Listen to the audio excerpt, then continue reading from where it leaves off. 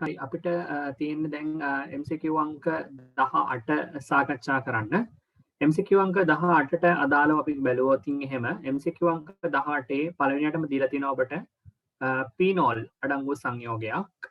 පීනෝල් තියෙන OH කාණ්ඩයක් මෙතන. අමතරව ඔබට පේනවා ඩබල් බොන්ඩ් එකක් එහෙම තියෙනවා දකින්න පුළුවන්. එතකොට ඉහත සංයෝගයේ සම්බන්ධයෙන් අසත්‍ය වන්නේ කියලා තමයි ඔබගෙන් අහලා තියෙන්නේ. ඒතකොට අසත්‍ය වෙන්නේ මොකක්ද කියලා තමයි ඔබ ගණනය කරන්න ඕනේ සහ හොයන්න ඕනේ. මේකේ අසත්‍ය සිදුවීම් මොනවද? අසත්‍ය සිද්ධාන්ත කරුණු මොනවද මේකේ දීලා තියෙන්නේ කියලා බලන්න මේ ස්ට්‍රක්චර් එකට අදාළව ඔබ විසින් ගොඩනගා ගැනීම කරන්න ඕනේ. සෝඩියම් හයිඩ්‍රොක්සයිඩ් සමග ප්‍රතික්‍රියාව සිද්ධ වෙන්නේ කොහොමද? ඊට අමතරව සල්ෆියුරික් ආකලනය වුණාම කොහොමද ප්‍රකාශ සක්‍රිය ඵලයක් ලැබෙනවද? එහෙම නැතුව ජාමිතික සමායකතාවය දක්වනවාද? මේ ආදී වශයෙන් ඔබ මේක ගැන අවධානය යොමු කරන්න ඕනේ කොහොමද ලැබෙන්නේ කියලා. එතකොට සෝඩියම් හයිඩ්‍රොක්සයිඩ් සමග ප්‍රතික්‍රියා කරනවද නැද්ද කියන එක ඉතාම සරලව ඔබට ගන්න පුළුවන්. මොකද මෙතන දීලා තියෙන්නේ පීනෝල්. ඔබ දන්නවා පීනෝල් සාමාන්‍යයෙන් පීනෝලික සංයෝග ගත්තොත් පීනෝලික සංයෝග සාමාන්‍යයෙන් සෝඩියම් හයිඩ්‍රොක්සයිඩ් සමග ප්‍රතික්‍රියා කරනවා. NaOH සමග ප්‍රතික්‍රියා කරනවා පීනෝලික සංයෝග. මොකද ඒකට හේතුව මොකද පීනෝල් වල තියෙන ආම්ලිකතාවය. අපි දන්නවා පීනෝල් වල තියෙන ආම්ලිකතාවය අනිවාර්යයෙන්ම ප්‍රමාණවත් සෝඩියම් හයිඩ්‍රොක්සයිඩ් සමග ප්‍රතික්‍රියා කිරීමට. පීනෝල් වල තියෙන ආම්ලිකතාවය ප්‍රමාණවත් සෝඩියම් හයිඩ්‍රොක්සයිඩ් සමග ප්‍රතික්‍රියා කිරීමට. ඒ නිසා අනිවාර්යයෙන්ම පීනෝල් සෝඩියම් හයිඩ්‍රොක්සයිඩ් සමග ප්‍රතික්‍රියා කරලා මෙන්න මෙහෙම පීනේට් ඇනායනය ලබා දෙනවා. ඒ නිසා ප්‍රතික්‍රියා කරයි කියන එක නිවැරදි ප්‍රකාශයක්. අහන්නේ අසත්‍ය ප්‍රකාශන. හරි. ඔබ දන්නවා ආම්ලිකතා ශ්‍රේණියේදී පීනෝල් වලට වඩා ආම්ලිකතාවයේ වැඩි සංයෝග තමයි සෝඩියම් හයිඩ්‍රොක්සයිඩ් සමග ප්‍රතික්‍රියා කරනවා. ඊට අමතරව සෝඩියම් කාබනේට් සමග ප්‍රතික්‍රියා කිරීම සිද්ධ වෙන්නේ. right? සෝඩියම් කාබනේට් සමග ප්‍රතික්‍රියා කිරීම ආරම්භෙන්නේ නයිට්‍රෝපීනෝල වලින්. ඔබ දන්නවා මෙන්න මෙහෙම පීනෝලික සංයෝගයට NO2 කාණ්ඩයක් සම්බන්ධ වෙලා තිබ්බම තමයි ඒක නයිට්‍රෝපීනෝල වෙන්නේ. නයිට්‍රෝපීනෝලත් සමග ඔබ දන්නවා ප්‍රතික්‍රියා කරනවා සෝඩියම් කාබනේට්. මේක තමයි පළවෙනි වතාවටම ආම්ලිකතා ශ්‍රේණියේ සෝඩියම් කාබනේට් සමග කාබන් ඩයොක්සයිඩ් මුදා හැරීම සිද්ධ වෙන අවස්ථාව. right okay. යනවා දැන් මෙතනදී සෝඩියම් හයිඩ්‍රොක්සයිඩ් සමග ප්‍රතික්‍රියා කිරීම කියන එක නිවැරදි. හැබැයි සෝඩියම් කාබනේට් සමග ප්‍රතික්‍රියා කරනවාද කියලා අහලා තිබ්බනම් මේකට අපිට උත්තරයක් දෙන්න බෑ. වැරදි කියලා තමයි ගන්න වෙන්නේ. මොකද සෝඩියම් කාබනේට් සමග ප්‍රතික්‍රියා කිරීමට තරම් ආම්ලිකතාවයක් පීනෝල් වලට නැහැ. right? නයිට්‍රෝපීනෝල් වලට තියෙනවා. සල්ෆියුරික් ආකලනය කළ විට ප්‍රකාශ සක්‍රිය ඵලයක් ලැබේ. දැන් ඔබ බලන්න මේකේ ස්ට්‍රක්චර් එක බැලුවොත් දෙවෙනි එකේදී තියෙනවා දැන් මෙතන තියෙන මෙතන අපි ගමුකෝ මේ ඇරෝමැටික වලය මම AR කියලා දාන්නම්. මේකද සම්පූර්ණ ඇරෝමැටික වලයට මේකට AR කියලා දැම්මොත් එතකොට මෙතන තියෙනවා C එකක්, ඒ වගේම මෙතන තියෙනවා CH3 එකක්, ඩබල් බොන්ඩ් එකක් CH සහ CH3 තමයි තියෙන්නේ. එතකොට මේකට අපිට සල්ෆියුරික් ආකලනය කරාම සල්ෆියුරික් ආකලනය කරනවා කියන්නේ අතරම ජලය ආකලනය වීමක් වෙන්නේ. ඔබ දන්නවා H1යි OH එකයි. එතකොට ඇරෝමැටික වලය තියෙන පැත්තේ H1 අපි දන්නවා ආකලනය වෙන්නේ හයිඩ්‍රජන් වැඩි තැනට, OH එක ආකලනය වෙන්නේ අඩු තැනට. යනුව මෙහෙම තමයි එන්නේ ඇරෝමැටික වලය. එතකොට මේක අපි දන්නවා කයිරල් සෙන්ටර් එකක් නේ. මේක අපි දන්නවා කයිරල් සෙන්ටර් එකක් right. එතකොට මේ කයිරල් සෙන්ටර් එක ප්‍රකාශ සක්‍රිය ඵලයක් ලැබේ කියලා ඔබට අහලා තින්නේ. මේ පැත්ත ඇරෝමැටික වලයක්, මේ පැත්ත CH2 CH3, මේ පැත්ත CH3 සහ මේ පැත්ත OH. එතකොට ඒක ප්‍රකාශ සක්‍රිය ඵලයක් කියන එක නිවැරදි. ඊට සංයෝගයේ ජාමිතික සමායකතාවය පෙන්වයි කියලා තියෙනවා. බලන්න දැන් අපි පළවෙනි සංයෝගය ගත්තාම ජාමිතික සමායකතාවය පෙන්වනවාද කියලා අපිට බලන්න පුළුවන්. මේ සංයෝගයේ ජාමිතික සමායකතාවය පෙන්වීමේ අවශ්‍යතාව ටික සම්පූර්ණ කරලා තියෙනවා. ඇයි එහෙම කියන්නේ? මොකද මෙතන H එකක් තියෙනවා, මෙතන CH3 එකක් තියෙන්නේ. මේ පැත්තට ඇරෝමැටික වලය සමග OH කාණ්ඩය සහිත සංයෝගය සහ CH3. එතකොට කාණ්ඩ හතරම එකිනෙකට අසමානයි. ඒ කියන්නේ එක පැත්තකට සමාන කාණ්ඩ දෙකක් සම්බන්ධ වෙලා නැහැ. තිත්ත බන්ධනයක් තියෙනවා. එතකොට මේ පැත්තටත් සමාන කාණ්ඩ දෙකක් සම්බන්ධ වෙලා නැහැ. ඉතින් අපි එහෙමනම් දන්නවා ඒක ජාමිතික සමායකතාවය එහෙම නැත්නම් සිස් ට්‍රාන්ස් පෙන්වීමේ මූලික ලක්ෂණය. ඒ අනුව ජාමිතික සමායකතාවය දක්වයි කියන එක නිවැරදි. ඒක ඊළඟ ප්‍රකාශය දැන් ඔබට බලපුවම පේනවා සෝඩියම් කාබනේට් එකතු කළ විටදී කාබන් ඩයොක්සයිඩ් මුක්ත වේ කියන එක පිළිගන්න බෑ. මොකද ඒකට හේතුව සෝඩියම් කාබනේට් එකතු කරාම කාබන් ඩයොක්සයිඩ් මුක්ත වීමට නම් ආම්ලිකතා ශ්‍රේණියේ නයිට්‍රෝපීනෝල හා ඊට වඩා නයිට්‍රෝපීනෝලවත් වෙන්න ඕනේ අඩුම තරමේ. පීනෝල වෙලා බෑ. මම ඔබට මේක පැහැදිලි කරා ආම්ලිකතා ශ්‍රේණියේදී. නයිට්‍රෝපීනෝල වලට එහා පැත්තේ තියෙන සියලු මේවා සෝඩියම් කාබනේට් සමග කාබන් ඩයොක්සයිඩ් මුදා හරිනවා. පීනෝල කොටස තිබුණු පමණින් අපිට කියන්න බෑ ඒකේ ආම්ලිකතාවය මේ එක සෝඩියම් කාබනේට් සමග ප්‍රතික්‍රියා කිරීමට තරම් ආම්ලිකයි කියලා. හැබැයි සෝඩියම් හයිඩ්‍රොක්සයිඩ් සමග ප්‍රතික්‍රියා කරනවා පීනෝල පීනේට් අයනය ලබා දෙමින්. ඔබ ඒක දන්නවනේ. යනවා සෝඩියම් කාබනේට් සමග එකතු කරාම කාබන් ඩයොක්සයිඩ් මුක්ත වේ කියන එක පිළිගත නොහැකි. යනවා ඒක තමයි වැරදි. අපි ඊළඟට පොඩ්ඩක් බලමු. පස්වෙනි ප්‍රකාශය තනක සල්ෆියුරික් එකතු කළ විට ලැබුණු ඵලය නිර්ජලීය සිංක් ක්ලෝරයිඩ් සාන්ද්‍ර HCl සමග ෂණික ආවිල්‍යතාවයක් ලබා දෙයි. දැන් ඔය මෙදින ලූකස් ප්‍රතිකාරකය right මෙදින ලූකස් ප්‍රතිකාරකය. එතකොට ලූකස් ප්‍රතිකාරකය දැම්මට පස්සේ ෂණික ආවිල්‍යතාවයක් ලැබෙනවද? ඔව් සන්ලි රැපිඩ් එකක් කියන්නේ රැපිඩ්ලි අපිට ප්‍රෙසිපිටේට් එකක් එහෙම නැත්නම් ටර්බිලිටි එකක් අපි ඒකට කියන ටර්බිලිටි කියලා ලැබෙනවද කියලා බලන්න පුළුවන්. මේ තියෙන පීනෝල් මේ තියෙන පීනෝල් අඩංගු සංයෝගය. එතකොට මෙතනදී සිංක් ක්ලෝරයිඩ් නිර්ජලීය සිංක් ක්ලෝරයිඩ් සාන්ද්‍ර HCl දැම්මහම වෙන්නේ මුලින්ම සල්ෆියුරික් එකතු කරනවා කියලා තියෙනවා. එතකොට මෙතනදී OH කාණ්ඩයක් එනවා. මෙයා CH3 මෙතන එතකොට එන්නේ CH2 CH3. එතකොට දැන් මෙතනදී ඔබට ඇවිල්ලා තියෙන ඇල්කොහොලය බැලුවොත් පේනවා මේ ඇල්කොහොලය ඔබට ලැබිලා තියෙන තෘතීක ඇල්කොහොලයක්. මොකද මේ පැත්තෙන් එක කාබන් කෙනෙකුට සම්බන්ධයි. මේ පැත්තෙන් තවත් කාබන් කෙනෙකුට සම්බන්ධයි. මේ පැත්තෙන් තවත් කාබන් කෙනෙකුට සම්බන්ධයි. යනවා අපිට බලපු ගමන් පේනවා මෙතනදී කාබන් පරමාණු 3කට සම්බන්ධ වෙලා තියෙනවා 3 පසකින්. එතකොට එහෙම ගත්තොත් මේක අපිට පැහැදිලිවම බලපු ගමන් තේරුම් ගන්න පුළුවන් මේක තෘතීක ඇල්කොහොලයක්. මේක තෘතීක ඇල්කොහොලයක්. හරි ටර්ෂරි ඇල්කොහොල් කියලා කියන්නේ. එතකොට මේක තෘතීක ඇල්කොහොලයක් නා අපි දන්නවා තෘතීක ඇල්කොහොල නිර්ජලීය සිංක් ක්ලෝරයිඩ් සාන්ද්‍ර HCl සමග ෂණික ආවිල්‍යතාවයක් ලබා දෙනවා. හරි ෂණික ආවිල්‍යතාවයක් ලබා දෙනවා නිර්ජලීය සිංක් ක්ලෝරයිඩ් සාන්ද්‍ර HCl සමග. right එතකොට මේකට අපි දැම්මොත් නිර්ජලීය සිංක් ක්ලෝරයිඩ් සාන්ද්‍ර HCl දැම්මොත්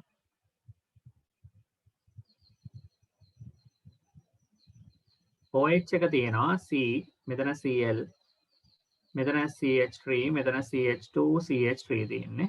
එතකොට මෙතන මේක ප්‍රෙසිපිටේට් එකක් එන්නේ නිර්ජලීය සිංක් ක්ලෝරයිඩ් සාන්ද්‍ර HCl එක්ක ප්‍රතික්‍රියා කරාම එතකොට Cl වදින නිසා මේක ප්‍රෙසිපිටේට් එකක් හැදෙනවා ෂණික ආවිල්‍යතාවයක් ලැබෙනවා. මේක හොඳට ඔබ තේරුම් ගැනීම වැදගත්. ෂණික ආවිල්‍යතාවය ලැබෙනවා කියන එක තොර නිවැරදි ප්‍රකාශයක්. යනවා අපිට ගන්න වෙන්නේ මේක වැරදි ප්‍රකාශයේ විදියට 4 වෙනි බහුවරණය. right ඊළඟට අපි යමු මේකේ ප්‍රශ්නාංක 19ට. 19 දීලා තියෙන්නේ මේ සංයෝගයක් දීලා තිනවා. මේකේ අපි දන්නවා ෆන්ක්ෂනල් ගෲප්ස් ඔබ අධ්‍යයනය කරෝතින් OH කාණ්ඩයක් තියෙනවා. ඊට අමතරව NH2 කාණ්ඩයකුත් වෙනම තියෙනවා. ප්‍රාථමික ඇමීන කොටසක් තියෙනවානේ. හරි. තනුක HCl හි ද්‍රාව්‍ය වේ. දැන් ඔබ බලන්න දැන් මම මේ සම්පූර්ණ කොටසටම මම මේක R කියන්නම්කෝ. එතකොට R වාරයක් NH2 තමයි මෙතන තියෙන්නේ. ඒතර ඔබ දන්නවා HCl දැම්මහම මොකද වෙන්නේ ප්‍රාථමික ඇමීන තියෙන මීඩියම් එකක. මේක අපි සාකච්ඡා කරලා තියෙනවා ඕගනික් වල. එතකොට මේ තියෙන HCl එතකොට මෙයා ඩෙල්ටා ප්ලස් මෙයා ඩෙල්ටා මයිනස් නිසා මොකද වෙන්නේ? මෙතන ලෝන් පෑකින් හයිඩ්‍රජන්ට ඇටැක් කරනවා. එතකොට හයිඩ්‍රජන් ගන්නවා යා එතකොට RNH 3+ බවට පත් වෙනවා. ඔබට ඒක බලපුව ගමන් පේනවා. එතකොට මෙතන දැන් ඔබට පේනවා NH3+ බවට පත් වුණාට පස්සේ Cl- උත් මෙතනට ඇවිල්ලා ඉන්නවා. එතකොට මේක අයනික සංයෝගයක් බවට පත් වෙනවා. එතකොට මේක අයනිකතාවයේ සැලකුවාම අපිට පේනවා ධන ඍණ අතර අයන් සෙපරේෂන් එකක් තියෙනවා නම් හොඳට වතුරේ ද්‍රාව්‍ය වෙනවා. ඒ නිසා දියවීම සඳහා අයන අවශ්‍යයි. ඒතොර අයන සැපයීම සිද්ධ වෙනවා ප්‍රාථමික ඇමීනයක් HCl සමග සිදු කරන ප්‍රතික්‍රියාවකදී. ඒතොර HCl සමග ප්‍රතික්‍රියාවක් සිදු වෙච්ච ගමන් අපිට පැහැදිලිවම පේනවා මේකේ ද්‍රාව්‍යතාවය වැඩි වෙනවා. right ඒ අනුව තනුක HCl හි ද්‍රාව්‍ය වේ කියන එක මේක නිවැරදි. එයට ප්‍රකාශ සමාවයක 4ක් ඇත. දැන් අපි පරිම ප්‍රකාශය නිවැරදි. දැන් ප්‍රකාශ සමාවයක 4ක් ඇත කියන එක බලන්න පුතේ කයිරල් සෙන්ටර්ස් මත. දැන් හොඳට බලන්න. ඔබ දැන් ප්‍රකාශ සමාවයක ගණන මේක ඉතාල වැදගත්. ප්‍රකාශ සමාවයවික ගණන අපිට ලබා ගන්න පුළුවන් 2n කියන සමීකරණයට අනුව. හොඳට තේරුම් ගන්න. ප්‍රකාශ සමායක ගණන ගන්න මොකද්ද? 2n කියන සමීකරණයට අනුව තමයි ප්‍රකාශ සමායකතාවය ගන්න. ප්‍රකාශ සමායක ගණන ගන්න. right 2n වෙනි බලය කියලා කියන්නේ n කියන්නේ number of chiral centers. number of chiral centers කියන්නේ ප්‍රකාශ කේන්ද්‍ර ගණන. ප්‍රකාශ කේන්ද්‍ර ගණන මෙතෙන්ට දැම්මහම ඔබට එනවා ප්‍රකාශ සමායක කීයක් එනවද කියන එක. right මේක සිලබස් එකේ ඔබට උගන්වන්න කියලා නෑ. නමුත් බහුවර්ණ වලට කෙටි ක්‍රම වලට අත්‍යවශ්‍ය වෙනවා කියලා හිතලා තමයි මම මේ ඔබට මේක කියලා දෙන්නේ. මේක හොඳට තේරුම් ගන්න. right දැන් ඔබ මුලින්ම බලන්න ඕනේ මේකේ ප්‍රකාශ සමාවේක හදන ප්‍රකාශ කේන්ද්‍ර කොච්චරක් තියෙනවද? මේකේ ප්‍රකාශ කේන්ද්‍ර ගණන බලන්න පුළුවන් අපිට. මෙතන තියෙනවා එක ප්‍රකාශ කේන්ද්‍රයක්, මෙතනත් තියෙනවා තවත් ප්‍රකාශ කේන්ද්‍රයක්. යනවා ප්‍රකාශ කේන්ද්‍ර ගණන 2යි. දෙකේ දෙවෙනි බලයෙන් එනවා 4යි. ඒ අනුව ප්‍රකාශ සමාවේක 4ක් හදනවා කියන එක නිවැරදි. අන්න එහෙමයි බලන්න. දැන් chiral centers 3ක් තිබුණා නම් එහෙම දෙකේ තුන්වෙනි බලයෙන් ඔබ ගන්න ඕනේ ප්‍රකාශ සමාවේක 8ක් සාදනවා කියලා. මේක තමයි ඔබට ගන්න දෙන කෙටිම ක්‍රමය, right? Okay. පළවෙනි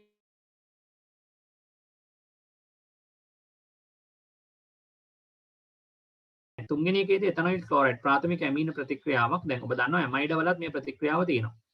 දැන් අපි උදාහරණයක් විදිහට ඇමයිඩයක් ගමු RCONH2. ඒතර ඔබ දන්නවා RNH2 එතනොයිල් ක්ලෝරයිඩ් සමග ප්‍රතික්‍රියාවේදී මේ NH2 කියන එක මම මේ විදිහට ලියන්නම්. ඔබට පැහැදිලි වීම සඳහා ඈඩ් කරලා.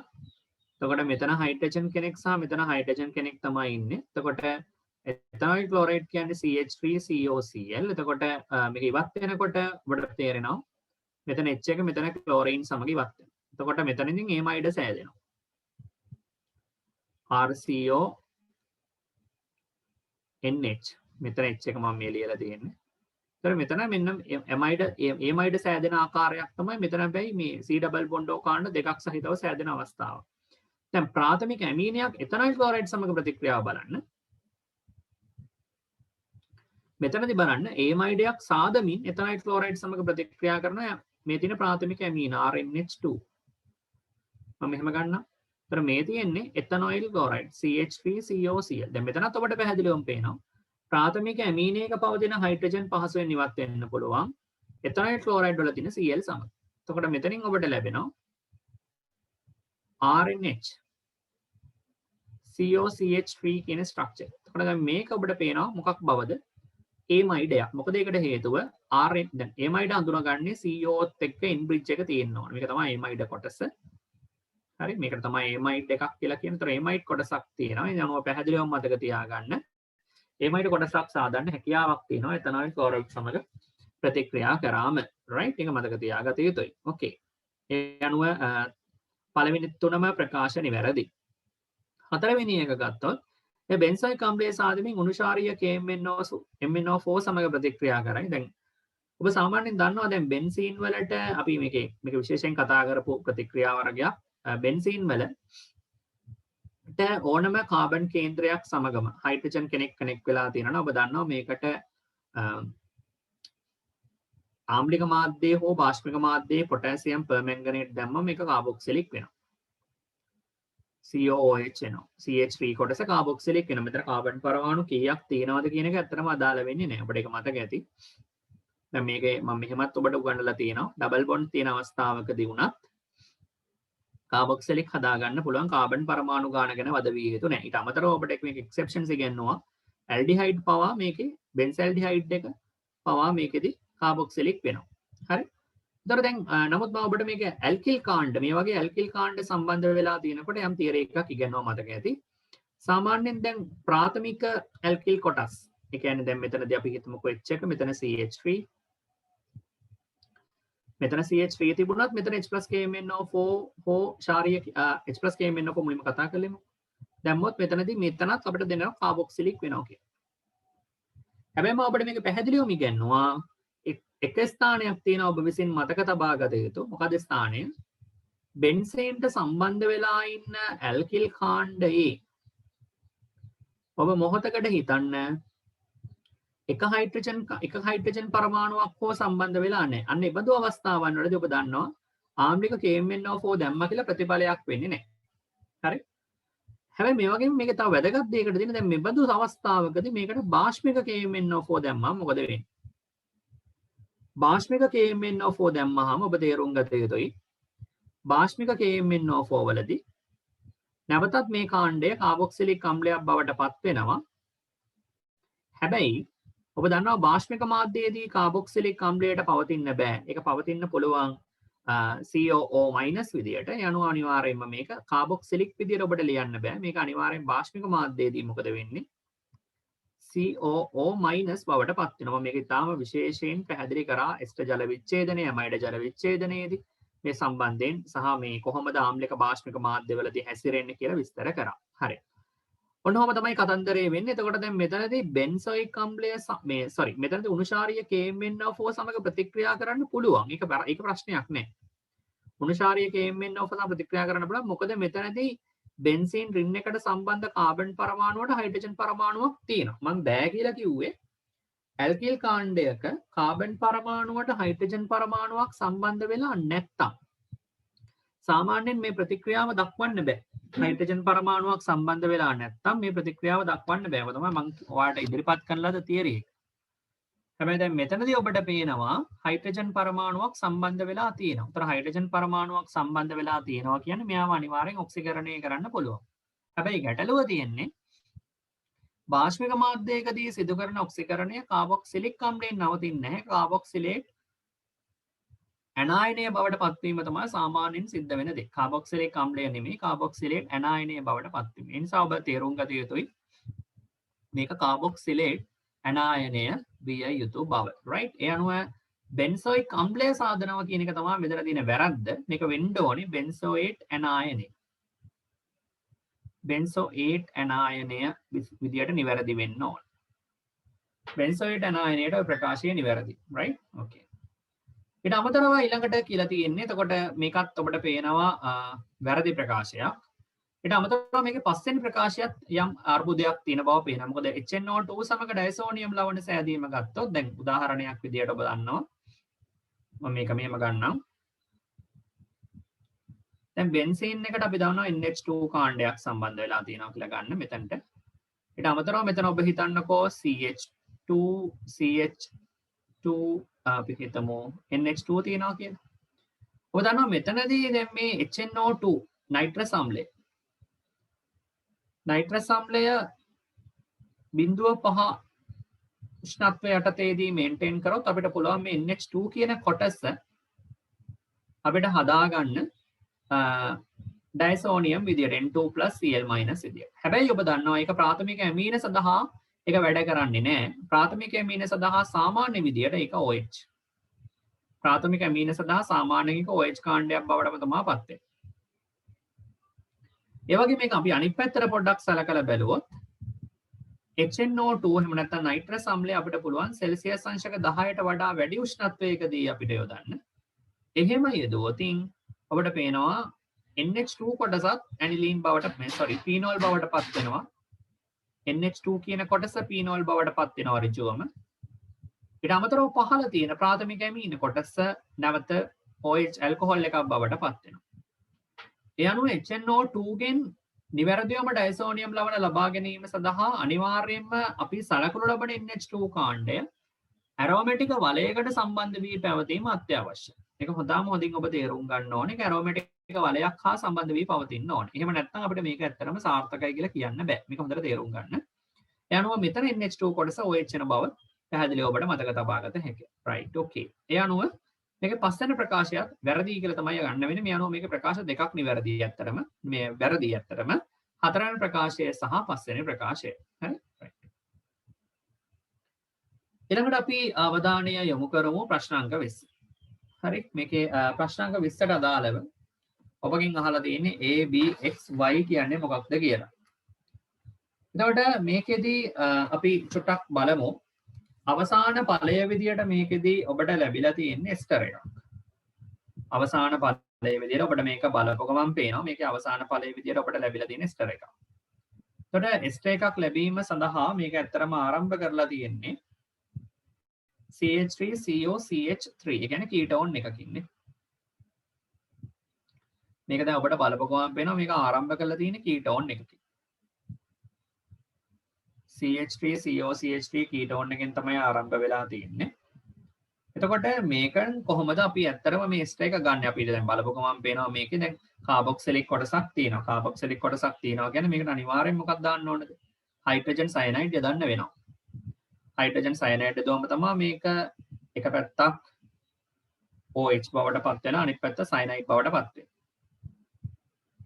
තර මේකට ඔබ විසින් H+ ජලය දැම්ම ගමන් මොකද වෙන්නේ? සයනයිඩ් කොටස ඔබ දන්නවා කාබොක්සිලික් වෙනවා. එතකොට මෙන්න මෙතනින් කාබොක්සිලික් කොටස දැන් ඔබට පහළට කාබොක්සිලික් කොටස ලැබෙනවා.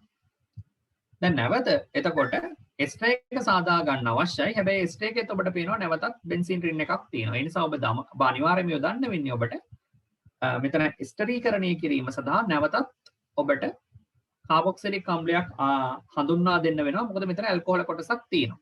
ඔබ දන්නවා ඇල්කොහොලයක් සහ කාබොක්සිලික් අම්ලයකින් එස්ටරේස් හැදෙන්නේ. දැන් මේක ඇල්කොහොල කොටස විදියට අපි ගත්තොත් ඔබ දාන්න ඕනේ මේකට පිටින් කාබොක්සිලික් අම්ල කොටස. COH කොටස දාන ගමන් ඔබ අනිවාර්යයෙන් මේකට සාන්ද්‍ර සල්ෆියුරික් එකතු කරන්න ඕනේ. මේකට ඔබ අනිවාර්යයෙන් මොනව එකතු කරන්න ඕනද?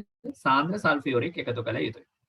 ඒතර සාන්ද්‍ර සල්ෆියුරික් ඔබ එකතු කරොත් ඔබට ගන්න පුළුවන් මේකේ අවසාන ප්‍රතිඵලය. ඒ කියන්නේ මෙතන ඔබට ලබා දීලා තියෙන ප්‍රතිඵලය ගන්න පුළුවන්. OH එක ගැලවිලා මෙතන OH එකත් එක්ක මෙහෙම ගමු. මෙයාගේ OH එකත් එක්ක මෙයාගේ H කොටස ඉවත් වුණාට පස්සේ ඔබට ඔය ලබා දෙන ප්‍රතිඵලය ලබා ගන්න පුළුවන්. ඒක ඔබ තේරුම් ගන්න. යනවා මේකේ නිවැරදි ප්‍රකාශයේ විදියට අපි ගන්න වෙන්නේ අපෙන් අහලා තියෙන A B X Y කියන එක. ඒතර A ප්‍රකාශය විදියට ගන්න වෙන්නේ පිළිතුරු අංක 2 වගේ. අපිට ගන්න වෙන්නේ පිළිතුරු අංක 2 A ලැබිලා තියෙනවා.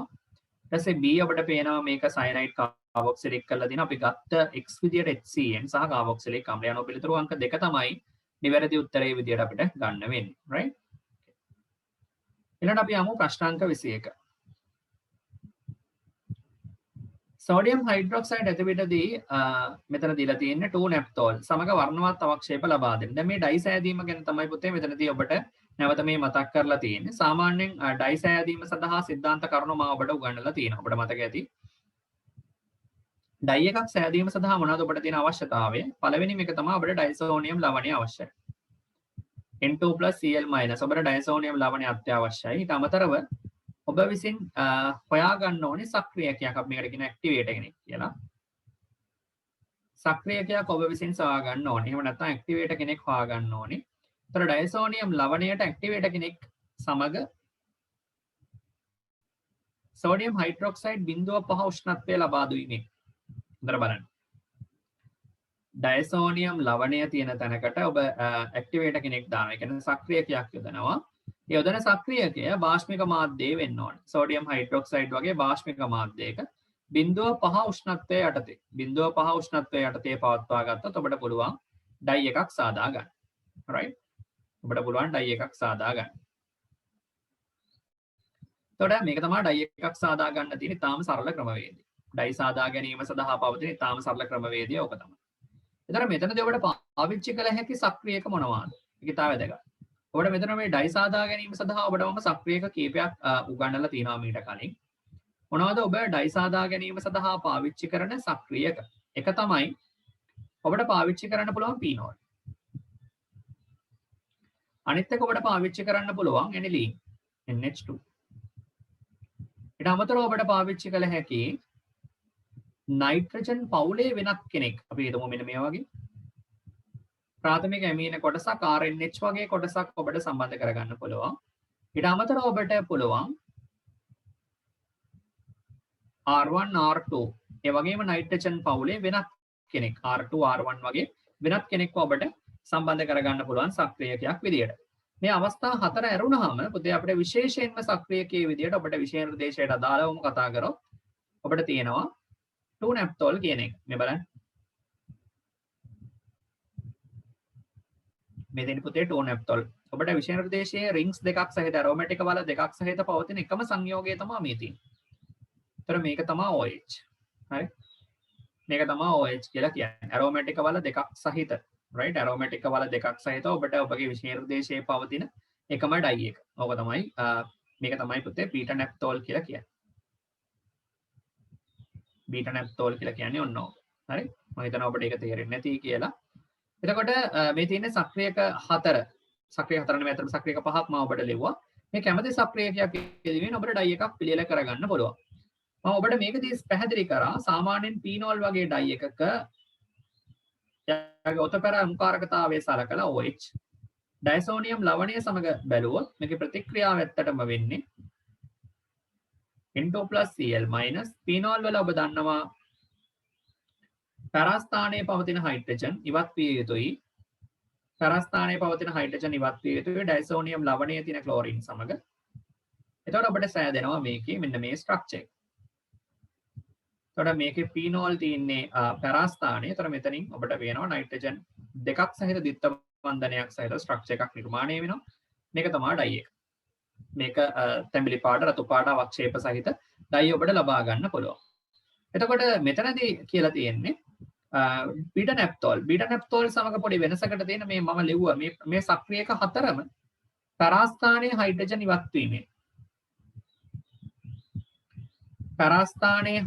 ඉවත් වීමෙන් ඵල ලබා දෙයි. මේක ඉතාල වැදගත්. පැරස්ථානයේ හයිඩ්‍රජන් ඉවත් වීමෙන් තමයි ප්‍රතිඵල ලබා දීම සිද්ධ වෙන්නේ. මෙතන බීටා නැප්තෝල් වල ඔබ දන්නවා ඕතෝ ස්ථානයේ ඕතෝ ස්ථානයෙන් හයිඩ්‍රජන් ඉවත් වෙනවා. මේක ඕතෝ ස්ථානයෙන් තමයි හයිඩ්‍රජන් ඉවත් වෙන්නේ. මේක මම අපිට පැහැදිලි කරා. මම නැවත ලිව්වොත් මේකේ ඕතෝ ස්ථානය කියන්නේ අපි මෙතන මේ වගේ ස්ථානයක් අපි ගත්තොත් මෙතනත් හයිඩ්‍රජන් කෙනෙක් ඉන්නවා. ඔබ දන්නවා මේ හැම ස්ථානෙම හයිඩ්‍රජන්ලා ඉන්නවා. නමුත් මේකේ පැරස්ථානයේ මෙන්න මේ මම තිතක් තියෙන පැරස්ථානයේ හයිඩ්‍රජන් කෙනෙක් නැහැ. ඒක නිසා තමයි පැරස්ථානයෙන් ඇත්තටම හයිඩ්‍රජන් ඉවත් වෙන්නේ නැත්තේ. අනුව ආදේශක ඕතෝ ස්ථානයෙන් තමයි ඉවත් වෙන්නේ. යනවා මේකේ තියෙන ඩයිසෝනියම් සෝල්ට් එක මම මෙහෙම ඇන්දොත් N2Cl මේක ඉවත් වීම සිද්ධ වෙන්නේ පුතේ ඇත්තටම මේ H එක ඉවත් වෙනවා මෙතන තියෙන Cl එක. ඉවත් වුණාට පස්සේ ඔබට පේනවා මෙන්න මේ වගේ ඇරෝමැටික වලයකින් නයිට්‍රජන් ද්විත්ව බන්ධනීය නයිට්‍රජන් සහිතව මම මේක මේ අතර අඳින්නම් ඔබට පැහැදිලි වීම සඳහා. මෙතන බෙන්සීන් right. එතකොට මෙතන ඊළඟ බෙන්සීන් වලය මෙන්න මෙහෙම සම්බන්ධ වෙනවා. මේක OH එක මෙන්න මෙතන. මෙන්න මේක තමයි පුතේ මෙතනින් හැදෙන ඩයි එක ඇත්තටම. රතු පාට ඩයි එකක් විදියට ඔබට මේක දකින්න පුළුවන්. right? මේක තමයි එතකොට සෝඩියම් හයිඩ්‍රොක්සයිඩ් ඇතිවිටදී බීටා නැප්තෝල් සමග වර්ණවත් අවක්ෂේප ලබා දීමට අදාළව ඩයි එක සෑදෙන ආකාරය. එතකොට දැන් සෝඩියම් හයිඩ්‍රොක්සයිඩ් ඇතිවිටදී බීටා නැප්තෝල් සමග වර්ණවත් අවක්ෂේප ලබා දෙන්නේ. එතකොට මෙතන අණුව තියෙනවා ඩයිසෝනියම් ලවණය. මම දැන් කිව්වා අපිට ඩයි ලබා දීමට අවශ්‍යතාව මොනවාද? ඩයි ලබා දෙන්නේ කවුරුද කියලා මම අපිට දැන් පැහැදිලි කරා. එතකොට දැන් අනිවාර්යෙන් ඔබ තේරුම් ගත යුතුයි මෙතනදී වර්ණවත් අවක්ෂේප ලබා දෙන්න ඕන දෙවණි එක්කෙනා. හරි? ඊළඟට අපි යමු ප්‍රශ්නාංක 22. සෝඩියම් හයිඩ්‍රොක්සයිඩ් සමග කුමන තත්වයක් යටතේදී හෝ සෝඩියම් හයිඩ්‍රොක්සයිඩ් සමග කුමන තත්වයක් යටතේදී හෝ ප්‍රතික්‍රියාවට ලක් වෙන්නේ නැත්නම් මොකක්ද කියලා තමයි ඔබගෙන් අහන්නේ. දැන් සාමාන්‍යයෙන් සෝඩියම් හයිඩ්‍රොක්සයිඩ් සමග ප්‍රතික්‍රියා කරන අවස්ථා ගැන අපි පොඩ්ඩක් සාකච්ඡා කරමු. දැන් උදාහරණයක් විදියට මම ලියන්නම්. පළවෙනියටම ඔබට මතක් වීම සඳහා normally අපි දන්න දේ තමයි elimination reaction electrophilic ආකලන ප්‍රතික්‍රියා. CH3 CH2 අපි ගමු Cl හරි Br හරි ඔබට ගන්න පුළුවන්. ඔබ දාන්නේ සාමාන්‍යයෙන් alcoholic KOH නේ. මධ්‍යසාරීය KOH තමයි ඇල්කීනේ එනවා. නමුත් දැන් අපිට සෝඩියම් හයිඩ්‍රොක්සයිඩ් කියන්නේ බෂ්මයක් බව වැටහෙනවනේ. යනවා මෙතන අපිට දාන්න පුළුවන් මධ්‍යසාරීය සෝඩියම් හයිඩ්‍රොක්සයිඩ් අවශ්‍ය නම් දාන්න පුළුවන්. එතකොට මෙතන ඔබ දන්නවා CH2 double bond CH2 හැදෙනවා. හරි. මේක තමයි ඔබ බහුලව පාවිච්චි කරන්නේ බෂ්මයක් ප්‍රබල බෂ්මයක් පාවිච්චි කරන අවස්ථාවක් සෝඩියම් හයිඩ්‍රොක්සයිඩ් හෝ පොටෑසියම් හයිඩ්‍රොක්සයිඩ් ඕගනික් කෙමිස්ට්‍රි වල මේක එක අවස්ථාවක්. ඊට අමතරව ඔබ පාවිච්චි කරනවා මේක අපිට අපි මේක ඉලෙක්ට්‍රෝන මෙකැනිසම් එක ඔබට මතක් කරමු. මේක ඇවිල්ලා ඉලෙක්ට්‍රෝෆිලික ආකලනනේ. මේක ඉලෙක්ට්‍රෝෆිලික ආකලන. මේක ඉලෙක්ට්‍රෝෆිලික ආකලන ප්‍රතික්‍රියාවක් විදියට යන්නේ. මේක ඉවත් වීමකුත් වෙනවා ඇත්තටම. sorry ඉලෙක්ට්‍රෝෆිලික ආකලන නෙමෙයි මේක කියන්න ඕනේ. මේක කියනෝනේ ඉවත් වීමේ ප්‍රතික්‍රියාව. sorry මේක ඩබල් බොන්ඩ් එකක් ෆෝම් වෙන නිසා ඉවත් වීම. මේක ඉවත් වීමේ ප්‍රතික්‍රියාව එලිමිනේෂන් රියැක්ෂන් එකක් විදියට තමයි ගන්න ඕනේ right. ඊට පස්සේ ඔබට මතක ඇති මේක අපි දෙවෙනි අවස්ථාව ගත්තොත් මේකේ ප්‍රතික්‍රියා වර්ගය ඉවත් වීම elimination reaction CH3 CH2 Br වගේ තියෙන තැනකදී ඔබට පුළුවන් diluted sodium hydroxide දාන්න. මෙතනදී ඔබට මතක ඇති මේක SN2 නියුක්ලියෝෆිලික ආදේශ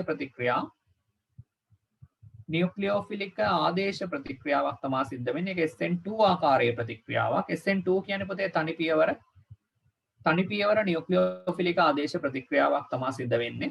ඒතර එතනින් ඔබට පේනවා CH3 CH2OH ගන්න පුළුවන්. මම මේකේ මෙකැනිසම් එක ලියන්න යන්නේ නැහැ. මම මේක සෑහෙන ප්‍රමාණයක් තියරි වලදී සාකච්ඡා කරා.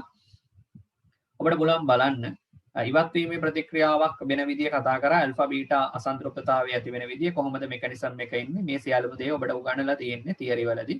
මේ දෙවෙනි ප්‍රතික්‍රියාව නියුක්ලියෝෆිලික ආදේශ තනි පියවර සහ පියවර දෙකේ නියුක්ලියෝෆිලික ආදේශ ප්‍රතික්‍රියා SN1 SN2 ප්‍රතික්‍රියා සිද්ධ වෙන විදිය ඔන්න ඔතනක් සෝඩියම් හයිඩ්‍රොක්සයිඩ් පාවිච්චි වෙනවා සාමාන්‍යයෙන් සිලබස් එකේ.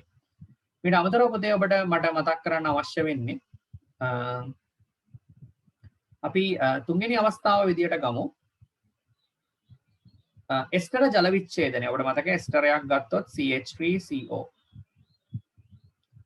අපි නිකමට මේක OCH3 කියලා කියමු. මේ වගේ වෙලාවක ඔබට පුළුවන් සෝඩියම් හයිඩ්‍රොක්සයිඩ් වගේ එකක් දාන්න. සෝඩියම් හයිඩ්‍රොක්සයිඩ් වගේ එකක් දාන්න පුළුවන් ඔබට. සෝඩියම් හයිඩ්‍රොක්සයිඩ් දැම්මොත් මොකද වෙන්නේ? මේක ඇත්තරම ජල විච්ඡේදනය වීමක් සිද්ධ වෙනවා. ජල විච්ඡේදනය වීමක් කියන්නේ මෙන්න මෙතනින් මේ බන්ධනය කැඩෙනවා. කැඩිලා ඔබ දන්නවා මෙතනින් මෙතනට OH එකක් සහ මෙතනට H එකක්. එක පැත්තකට H එකක් සහ එක පැත්තකට OH එකක් හිමිවීම තමයි සාමාන්‍යයෙන් සිද්ධ වෙන්නේ. ඒ අනුව මේකේ කොටස් දෙකකට කැඩෙනවා. CH3COOH සහ මේ පැත්තෙන් ඇල්කොහොලයක් ලැබෙනවා. CH3OH. හැබැයි මේක බාෂ්පික මාධ්‍යයේදී සිදු කරපු ජල විච්ඡේදන ප්‍රතික්‍රියාවක් නිසා ඔබ දන්නවා CH3COOH පවතින විදියක් නැහැ. ඒක ලියන්න ඕනේ. CH3CO Na+ විදියට. ඔක තමයි බාෂ්පික ප්‍රතික්‍රියාව බාෂ්පික මාධ්‍යයේදී ලබා දෙන ප්‍රතිඵලය. ඇල්කොහොලේ විදියට පැවතිය යුතුයි. මොකද ඇල්කොහොල ඔබ දන්නවා සෝඩියම් හයිඩ්‍රොක්සයිඩ් සමග ප්‍රතික්‍රියා කරන්නේ නැහැ. ඒතර මේ දින තුන්වෙනි අවස්ථාව තමයි සෝඩියම් හයිඩ්‍රොක්සයිඩ් පාවිච්චි වෙන කාබනික රසායනය පාවිච්චි වෙන අවස්ථාව. right? ඒ වගේම තමයි අපි ඇමයිඩ් සඳහා මේක පාවිච්චි කරනවා. අපිට මතක නම් CH ඇමයිඩ් ජල විච්ඡේදනයේ සඳහා CH3CO NH2 කියලාම ගමුකෝ අපි. තියෙන තැනකට සෝඩියම් හයිඩ්‍රොක්සයිඩ් දැම්මොත් මෙතනත් වෙන්නේ බාෂ්පික ජල විච්ඡේදනයක් right. එතකොට මෙතනදිත් ඔබට මතක ඇති ඇමෝනියා ලබා දෙන ආකාරය මෙතනත් අපි OH එක H එකයි විදියට කැඩෙනවා. මෙන්න මෙතනින් තමයි කැඩෙන්නේ. ඒතර මේකත් බාෂ්පික මාධ්‍යය නිසා එන්න ඕනේ ඇත්තටම CH3COOH වගේ පෙනුනට එක ඇමෝනියා මේක ඇත්තටම ලබා දෙන්නේ ඔබ දන්නවා CH3OH නෙමේ O- Na+.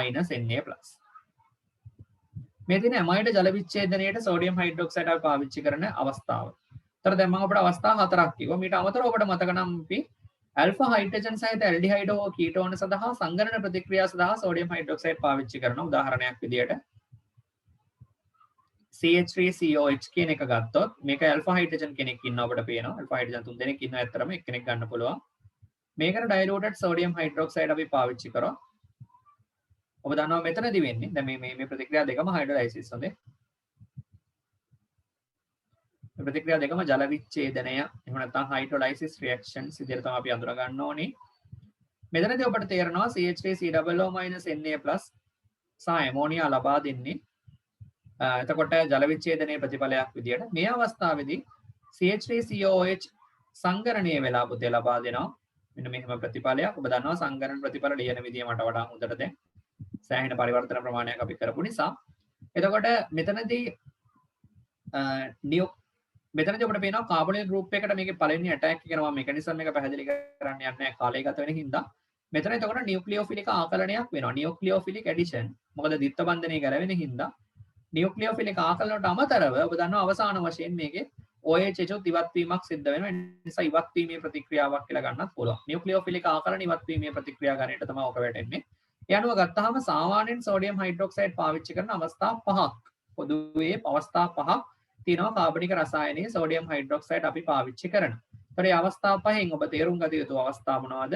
SN1 SN2 ප්‍රතික්‍රියා පාවිච්චි කරන ආකාරය, ඩයි සෑදෙන ආකාරය, සංගරණ ප්‍රතික්‍රියා වෙන විදිය සහ ජල විච්ඡේදන ප්‍රතික්‍රියා වලට දායක වෙන ආකාරය. මේක ඔබ හොඳට තේරුම් ගන්න. right okay. දැන් අපි බලමු මේකේ පිළිතුරු ගන්නෙ කොහොමද කියන එක.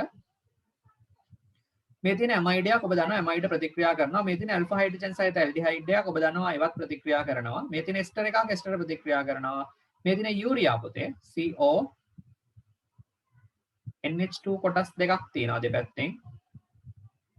යූරියා වලත් ඇමයිඩ් කොටසක් තියෙන නිසා ජල විච්ඡේදන ප්‍රතික්‍රියාව සිද්ධ වෙනවා. ඒ අනුව අවසාන ප්‍රතික්‍රියාව පහ තමයි සෝඩියම් හයිඩ්‍රොක්සයිඩ් අපි පාවිච්චි කරනවා කියලා ගන්න බැරි අවස්ථාව. සෝඩියම් හයිඩ්‍රොක්සයිඩ් පාවිච්චි කරන්නේ නැහැ. නමුත් අපි මෙතනදී බාෂ්පික මාධ්‍යයේ මැංගනේට් වගේ එකක් පාවිච්චි කරලා අවශ්‍ය නම් ඩයිෝල් එකක් සාදා ගන්න පුළුවන්. නමුත් මේක ඍජුවේම සෝඩියම් හයිඩ්‍රොක්සයිඩ් නිසා ප්‍රතික්‍රියාවක් සිදු වෙනවා කියන අවස්ථාවකට ගන්න බැරි බව ඔබ මතක තබා ගත යුතුයි. යනවා මේක අපි උත්තරයට උත්තරාංක 5 කියලා ගමු.